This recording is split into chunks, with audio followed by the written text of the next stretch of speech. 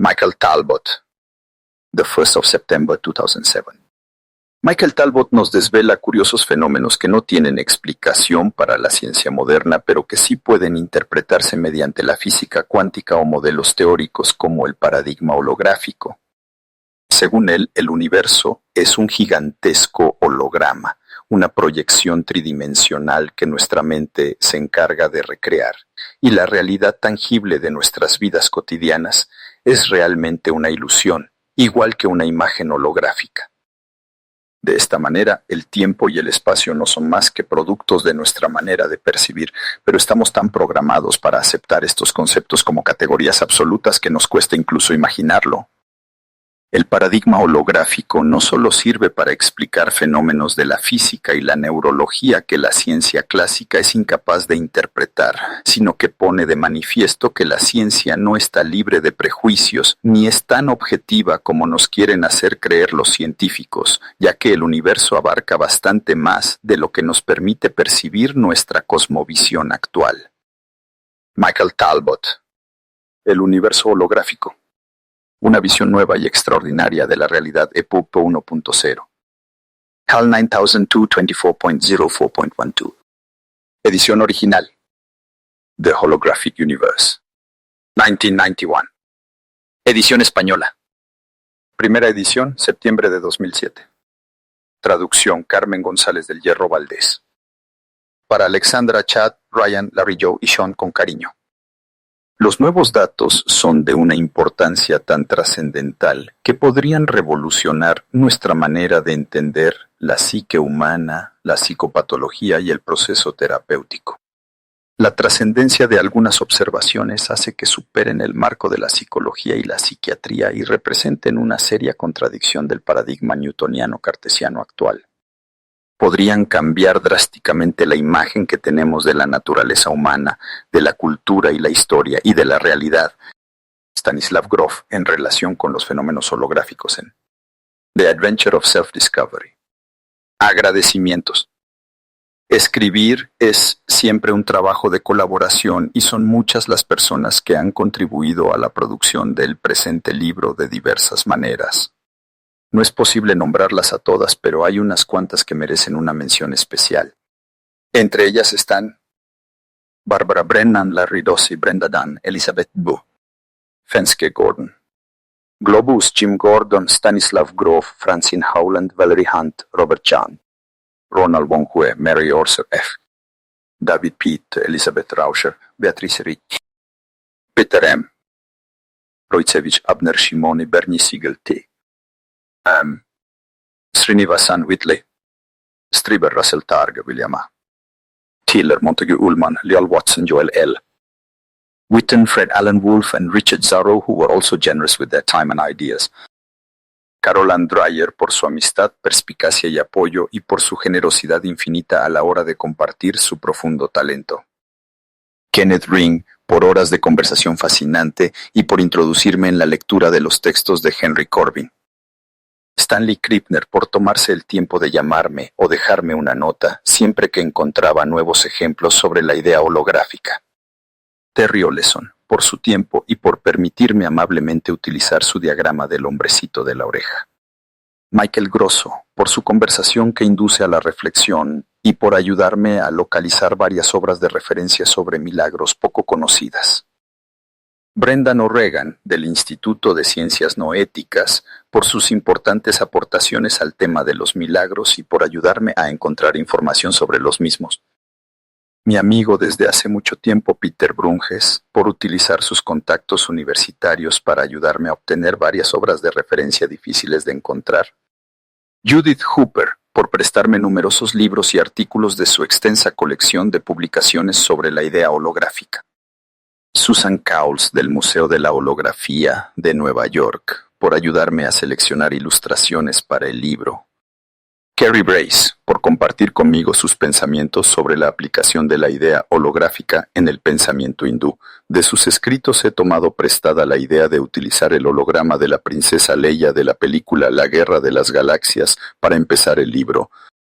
Marilyn Ferguson, fundadora del Brain Mind Bulletin, que fue una de las primeras escritoras en reconocer la importancia de la teoría holográfica y en escribir sobre ella, fue también generosa con su tiempo y sus pensamientos.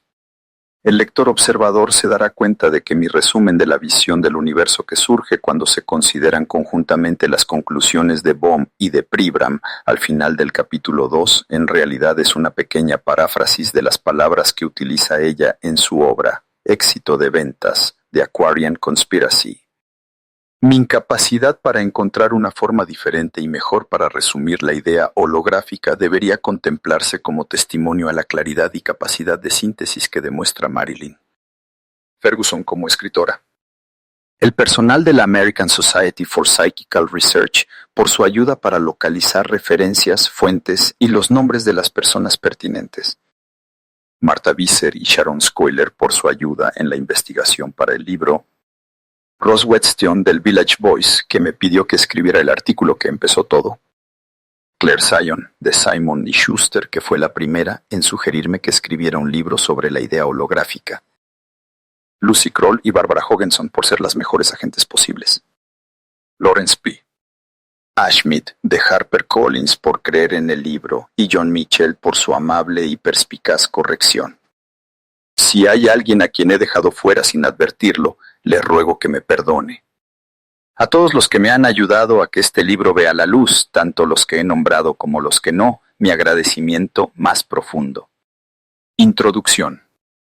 En la película La Guerra de las Galaxias, la aventura de Luke Skywalker empieza cuando surge una luz del robot R2-D2 y proyecta una imagen tridimensional en miniatura de la princesa Leia. Luke contempla embelesado cómo la escultura fantasmal de luz suplica a alguien llamado Obi-Wan Kenobi que acuda en ayuda de la princesa. La imagen es un holograma, una imagen tridimensional realizada con ayuda del láser, y se requiere una magia tecnológica extraordinaria para hacer imágenes como esa. Pero lo más increíble es que algunos científicos están empezando a creer que el universo mismo es una especie de holograma gigante, una ilusión espléndidamente detallada ni más ni menos real que la imagen de la princesa Leia que impulsa a Luke a iniciar su búsqueda.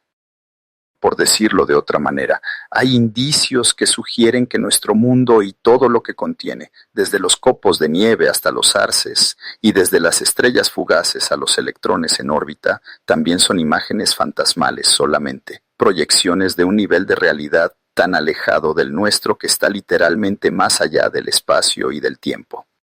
Los artífices principales de esta asombrosa idea son dos de los pensadores más eminentes del mundo, David Bohm, físico de la Universidad de Londres, protegido de Einstein, y uno de los físicos teóricos más respetados, Karl Pribram, un neurofisiólogo de la Universidad de Stanford, autor del texto clásico de neurofisiología Languages of the Brain.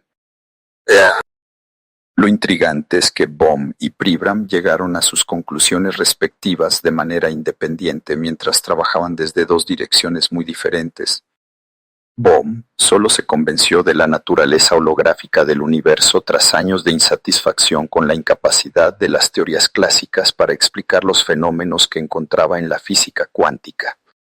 Pribram se convenció por el fracaso de las teorías clásicas del cerebro para explicar varios enigmas neurofisiológicos.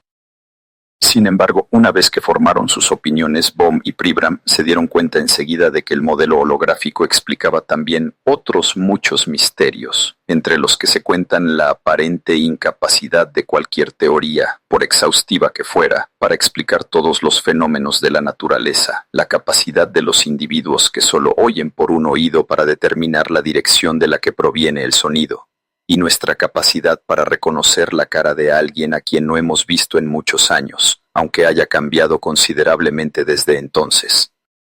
Pero lo más asombroso del modelo holográfico era que de repente hacía que cobrara sentido una amplia gama de fenómenos tan difíciles de entender que habían sido encuadrados por lo general fuera del ámbito de la interpretación científica. Entre ellos figuran la telepatía, la precognición, el sentimiento místico de unidad con el universo y hasta la psicoquinesia o la capacidad de la mente para mover objetos físicos sin que nadie los toque. En efecto, el grupo de científicos cada vez más numeroso que llegó a abrazar el modelo holográfico enseguida vio que ayudaba a explicar prácticamente todas las experiencias paranormales y místicas. En la última media docena de años ha seguido impulsando a muchos investigadores y ha arrojado luz sobre un conjunto creciente de fenómenos anteriormente inexplicables. Por ejemplo, en 1980, un psicólogo de la Universidad de Connecticut, el Dr. Kenneth Ring, planteó que el modelo holográfico podía explicar las experiencias cercanas a la muerte. El Dr. Ring, presidente de la International Association for Near Death Studies, cree que tales experiencias, así como la muerte misma, en realidad no son más que el cambio de la conciencia de la persona de un nivel del holograma de la realidad a otro.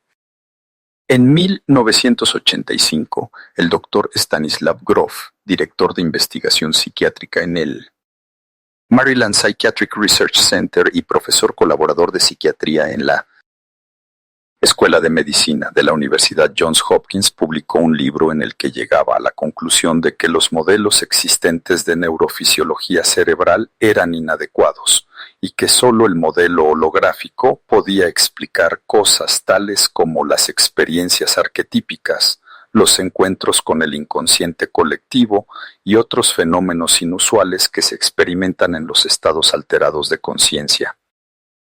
En la reunión anual de 1987 de la Asociación para el Estudio de los Sueños que se celebró en Washington, D.C., el físico Fred Alan Wolf dio una charla en la que aseguraba que el modelo holográfico explica los sueños lúcidos, sueños inusualmente vívidos, en los que la persona que los tiene se da cuenta de que está despierta. Wolf cree que esos sueños son en realidad visitas a realidades paralelas y que el modelo holográfico permitirá desarrollar finalmente una física de la conciencia que nos capacitará para empezar a explorar a fondo los niveles de existencia de esas otras dimensiones. En su libro titulado Sincronicidad, Puente entre Mente y Materia, de 1987, el Dr. F. David Pitt, físico de la Universidad Queen's de Canadá, afirmaba que se puede explicar la sincronicidad, coincidencia tan inusual y tan significativa psicológicamente hablando, que no parece ser solo fruto del azar, con el modelo holográfico. En su opinión, coincidencias como esas son realmente fallos en el tejido de la realidad y revelan que los procesos del pensamiento están conectados con el mundo físico mucho más íntimamente de lo que se ha sospechado hasta ahora.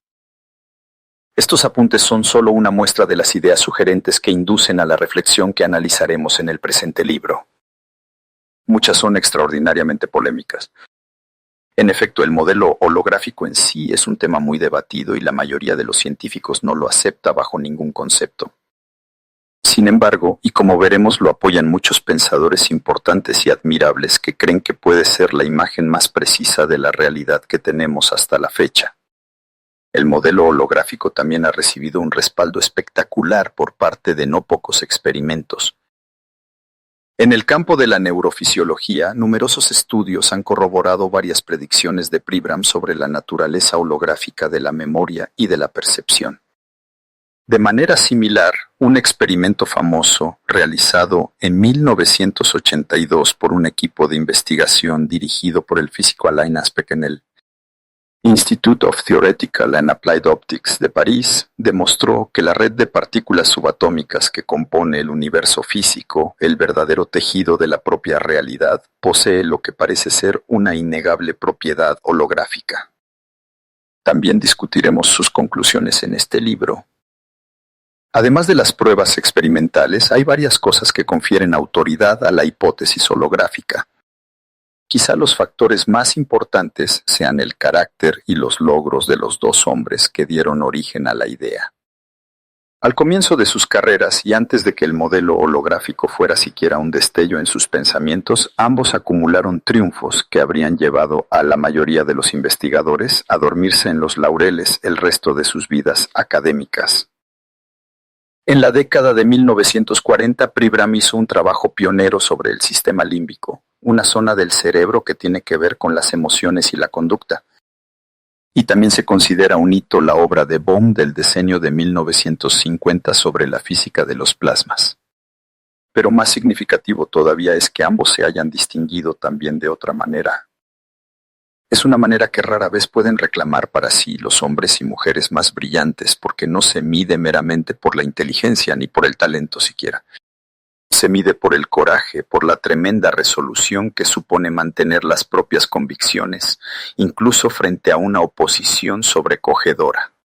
Cuando estaba estudiando, Bohm hizo trabajos con Robert Oppenheimer para obtener el doctorado. Después, en 1951, cuando Oppenheimer cayó bajo la peligrosa mirada escrutadora del Comité de Actividades Antiamericanas del senador Joseph McCarthy, llamaron a Bohm para que testificara en su contra, y él se negó. A resultas de aquello, perdió su trabajo en Princeton y nunca volvió a dar clase en Estados Unidos. Se trasladó en primer lugar a Brasil y después a Londres. Al comienzo de su carrera, Pribram se enfrentó con una prueba de Temple parecida. En 1935, un neurólogo portugués llamado Egas Moniz ideó lo que creía que era un tratamiento perfecto para las enfermedades mentales.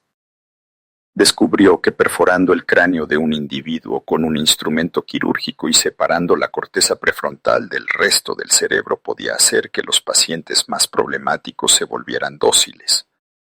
Llamó al procedimiento lobotomía prefrontal, el cual en la década de 1940 se había convertido en una técnica médica tan popular que Moniz recibió el premio Nobel.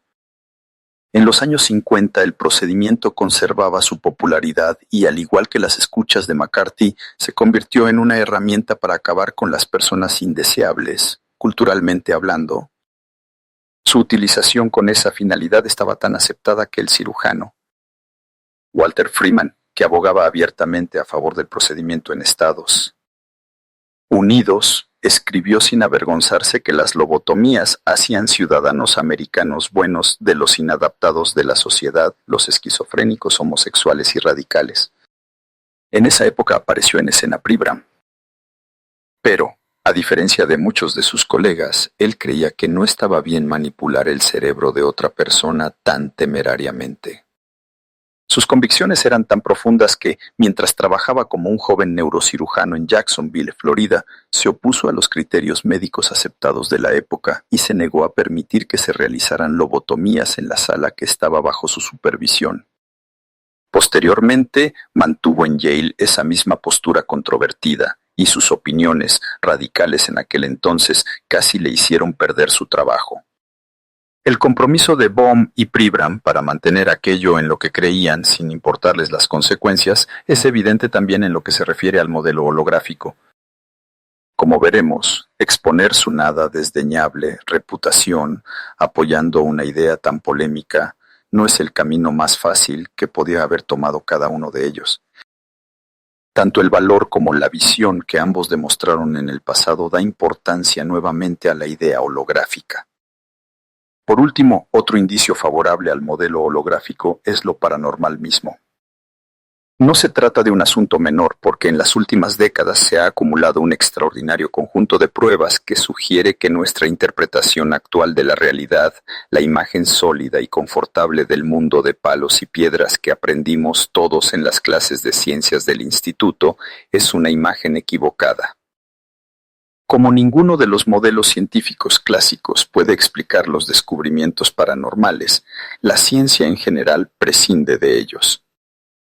No obstante, el volumen de indicios acumulados ha llegado a un punto que hace que la situación sea insostenible. Por poner un solo ejemplo, en 1987 el físico Robert G.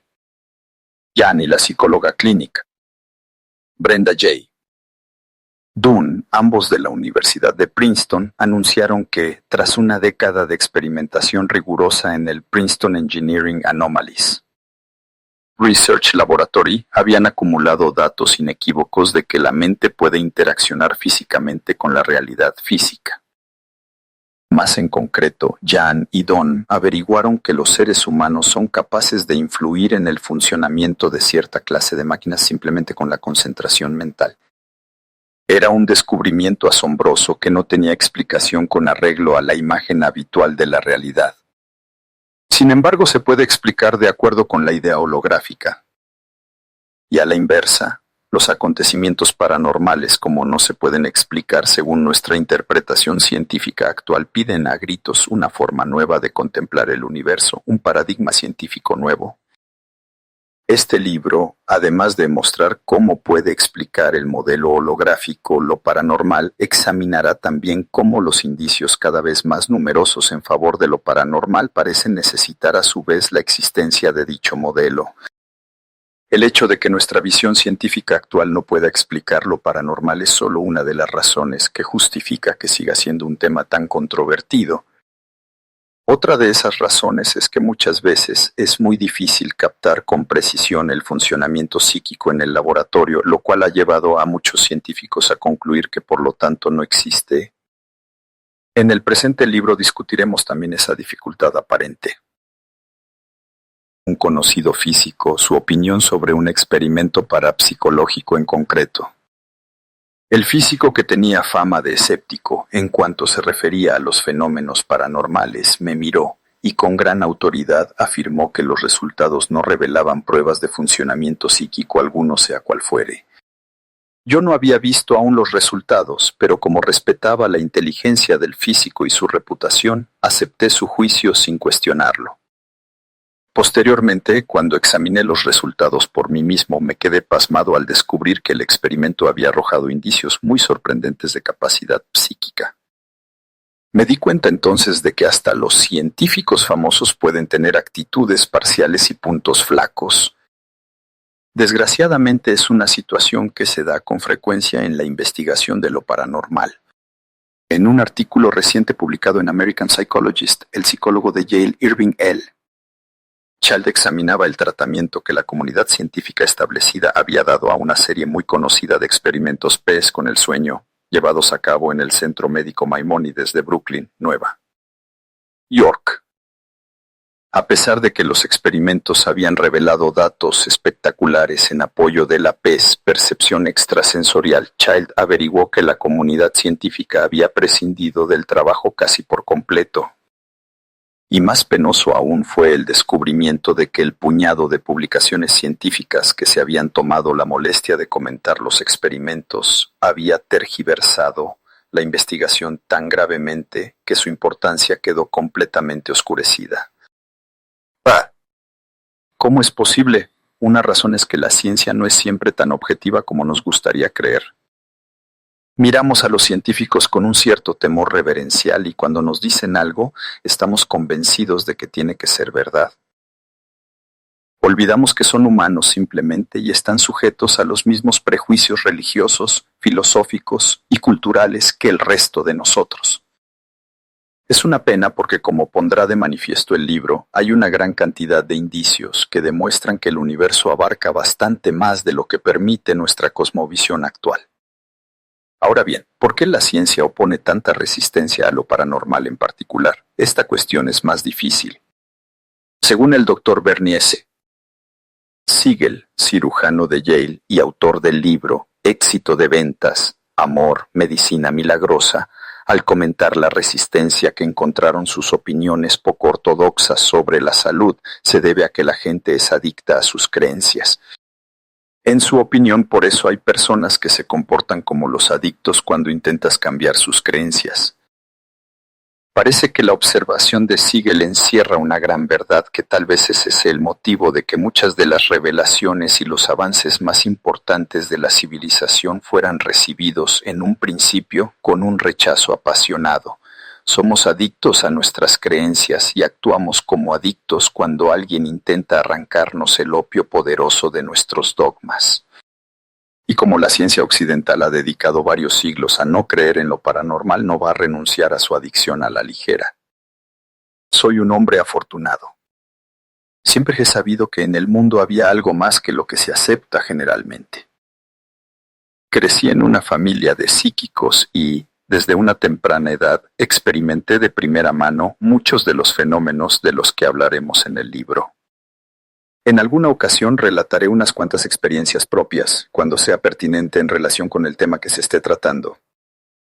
Aunque solo pueden contemplarse como pruebas anecdóticas, A mí me han proporcionado una prueba totalmente convincente de que vivimos en un universo que solo acabamos de empezar a comprender, pero las incluyo por la información que ofrecen. Finalmente, teniendo en cuenta que el concepto holográfico todavía es una idea en ciernes y un mosaico de muchas opiniones e indicios distintos, algunos han arguido que no debería ser llamado modelo o teoría hasta que los divergentes puntos de vista se integren en un todo unificado. Como consecuencia, algunos investigadores se refieren a esos pensamientos como el paradigma holográfico. Otros prefieren llamarlo analogía holográfica, metáfora holográfica, etc. En este libro he empleado todas estas expresiones en aras de la diversidad, además de modelo holográfico y teoría holográfica. Sin embargo, con eso no pretendo dar a entender que la idea holográfica haya adquirido la categoría de modelo o teoría, en el sentido estricto del término. En esta misma línea, es importante observar que Bohm y Pribram, si bien son los creadores de la idea holográfica, no abrazan todas las opiniones y conclusiones presentadas en el presente libro. Más bien se trata de una obra que no mira únicamente a las teorías de Bohm y Pribram, sino también a las ideas y conclusiones de numerosos investigadores que han sido influidos por el modelo holográfico y que lo han interpretado a su manera, una manera controvertida algunas veces. A lo largo del libro trato asimismo varias ideas de física cuántica, la rama de la física que estudia las partículas subatómicas, electrones, protones, etc. Como he escrito sobre este tema anteriormente, soy consciente de que a la gente le intimida la expresión física cuántica y temen no ser capaces de entender los conceptos. Mi experiencia me dice que hasta aquellos que no saben nada de matemáticas pueden entender el tipo de ideas de física que se tocan en este libro. Ni siquiera se precisa tener conocimientos previos de ciencias. Lo único que se necesita es una mente abierta, si por casualidad hojeas una página y ves un término científico que no conoces. He tratado de reducir esa clase de términos al mínimo, y cuando era necesario utilizar alguno, siempre lo explico antes de continuar con el texto. Así que no te asustes. Una vez que hayas superado el miedo al agua, creo que te verás nadando entre las ideas extrañas y fascinantes